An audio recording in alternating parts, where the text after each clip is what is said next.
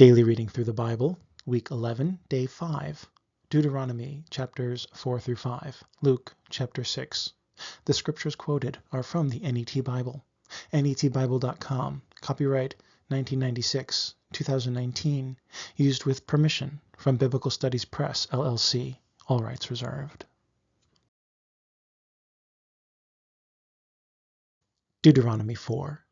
Now Israel, pay attention to the statutes and ordinances I am about to teach you, so that you might live and go on to enter and take possession of the land that the Lord, the God of your ancestors, is giving you. Do not add a thing to what I command you, nor subtract from it, so that you may keep the commandments of the Lord your God that I am delivering to you. You have witnessed what the Lord did at Baal Peor, how he eradicated from your midst everyone who followed Baal Peor. But you who remained faithful to the Lord your God are still alive to this very day, every one of you. Look, I have taught you statutes and ordinances, just as the Lord my God told me to do, so that you might carry them out in the land you are about to enter and possess. So be sure to do them, because this will testify of your wise understanding to the people who will learn of all these statutes and say, "Indeed, this great nation is a very wise people."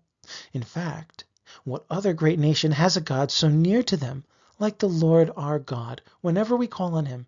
And what other nation has statutes and ordinances as just as this whole law that I am about to share with you today? Again, however, pay very careful attention, lest you forget the things you have seen and disregard them for the rest of your life. Instead, teach them to your children and grandchildren. You stood before the Lord your God at Horeb, and he said to me, "Assemble the people before me, so that I can tell them my commands. Then they will learn to revere me all the days they live in the land, and they will instruct their children." You approached and stood at the foot of the mountain, a mountain ablaze to the sky above it, and yet dark with a thick cloud. Then the Lord spoke to you from the middle of the fire. You heard speech, but you could not see anything. Only a voice was heard. And he revealed to you the covenant he has commanded you to keep, the 10 Commandments, writing them on 2 stone tablets. Moreover, at the same time the Lord commanded me to teach you statutes and ordinances for you to keep in the land that you are about to enter and possess. Be very careful then, because you saw no form at the time the Lord spoke to you at Horeb from the middle of the fire. I say this so you will not corrupt yourselves by making an image in the form of any kind of figure. This includes the likeness of a human male or female, any kind of land animal, any bird that flies in the sky, anything that crawls on the ground, or any fish in the deep waters under the earth. When you look up to the sky and see the sun, moon, and stars, the whole heavenly creation, you must not be seduced to worship and serve them, for the Lord your God has assigned them to all people of the world. You, however, the Lord has selected and brought from Egypt, that iron smelting furnace, to be his special people as you are today. But the Lord became angry with me because of you, and vowed that I would never cross the Jordan, nor enter the good land that he is about to give you. So I must die here in this land. I will not cross the Jordan. But you are going over, and will possess that good land. Be on guard, so that you do not forget the covenant of the Lord your God, that he has made with you, and that you do not make an image of any kind, just as he has forbidden you. For the Lord your God is a consuming fire. He is a jealous God. After you have produced children and grandchildren, and have been in the land a long time, if you become corrupt, and make an image of any kind, and do other evil things before the Lord your God that enrage him, I invoke heaven and earth as witnesses against you today, that you will surely and swiftly be removed from the very land you are about to cross the Jordan to possess.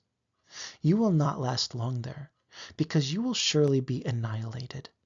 Then the Lord will scatter you among the peoples, and there will be very few of you among the nations where the Lord will drive you. There you will worship gods made by human hands, wood and stone, that can neither see, hear, eat, or smell. But if you seek the Lord your God from there, you will find him, if indeed you seek him with all your heart and soul.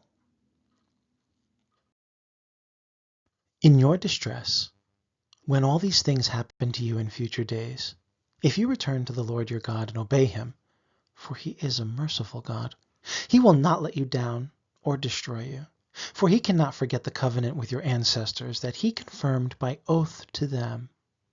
Indeed, ask about the distant past, starting from the day God created humankind on the earth, and ask from one end of heaven to the other, whether there has ever been such a great thing as this, or even a rumor of it.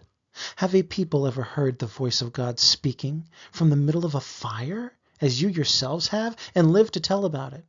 Or has God ever before tried to deliver a nation from the middle of another nation, accompanied by judgments, signs, wonders, war, strength, power, and other very terrifying things like the Lord your God did for you in Egypt before your very eyes?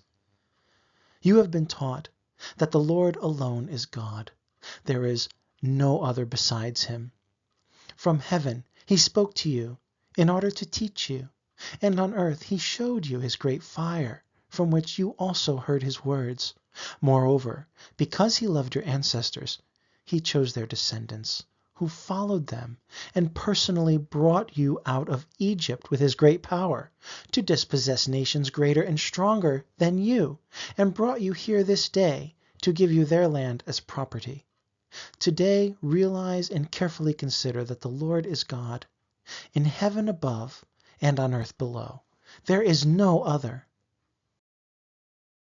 Keep his statutes and commandments that I am setting forth today, so that it may go well with you and your descendants, and that you may enjoy longevity in the land that the Lord your God is about to give you as a permanent possession. Then Moses selected 3 cities in the Transjordan toward the east. Anyone who accidentally killed someone without hating him at the time of the accident could flee to one of those cities and be safe. These cities are Bezir in the wilderness plateau for the Reubenites, Ramoth in Gilead for the Gadites, and Golan in Bashan for the Manassites. This is the law that Moses set before the Israelites. These are the stipulations, statutes, and ordinances that Moses spoke to the Israelites after he had brought them out of Egypt. In the Transjordan, in the valley opposite Beth Peor, in the land of King Sihon of the Amorites, who lived in Heshbon. It is he whom Moses and the Israelites attacked after they came out of Egypt. They possessed his land and that of King Og of Bashan, both of whom were Amorite kings in the Transjordan to the east. Their territory extended from Aroer to the edge of the Arnon Valley as far as Mount Sion, that is Hermon, including all the Rift Valley of the Transjordan in the east to the sea of the Rift Valley, beneath the slopes of Pisgah.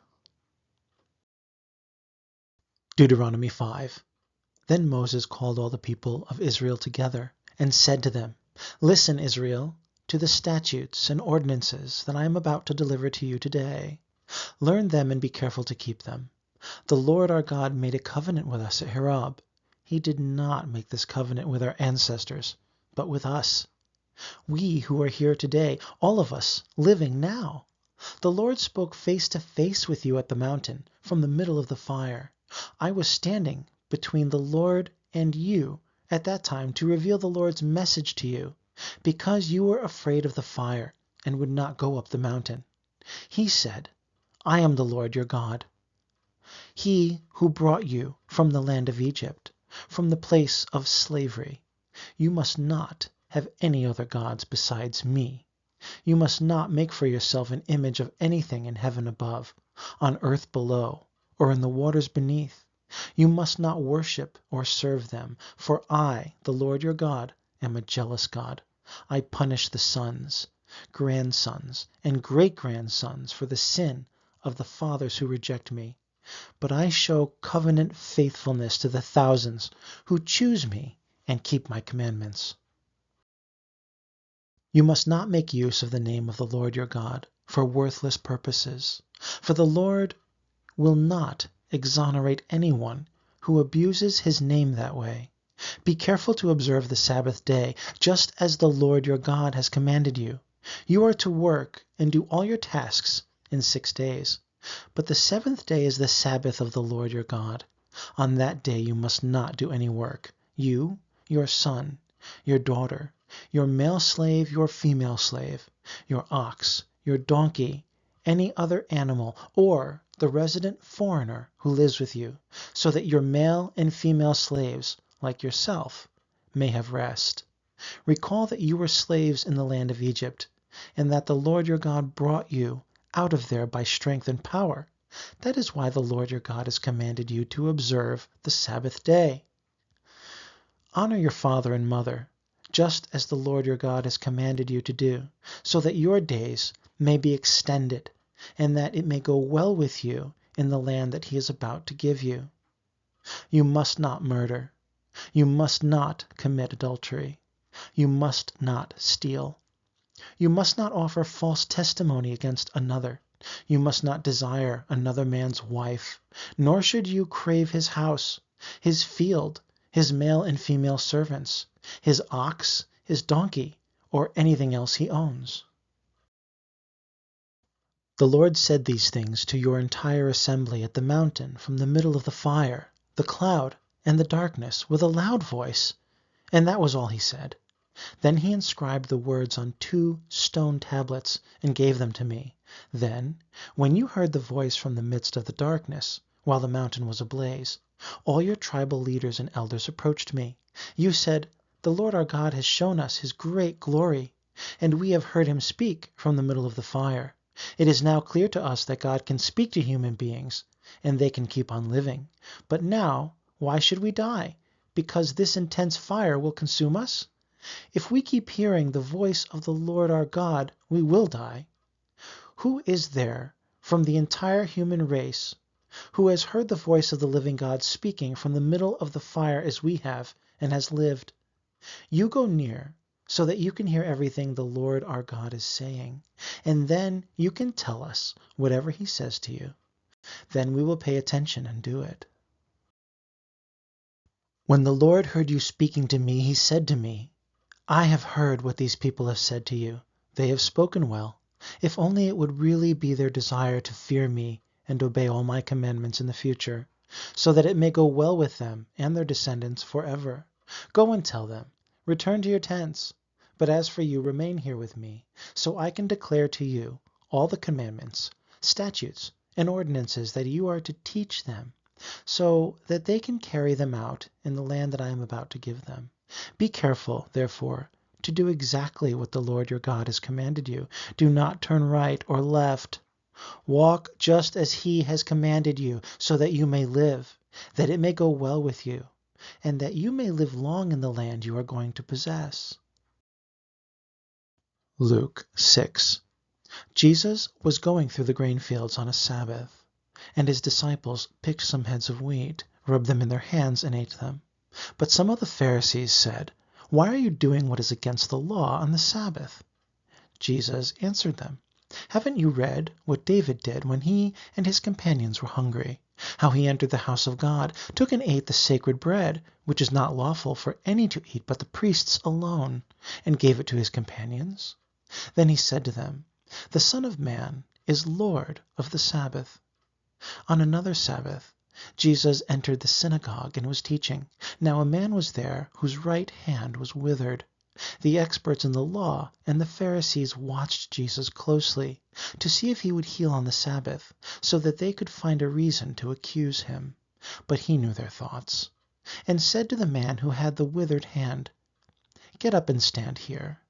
So he rose and stood there.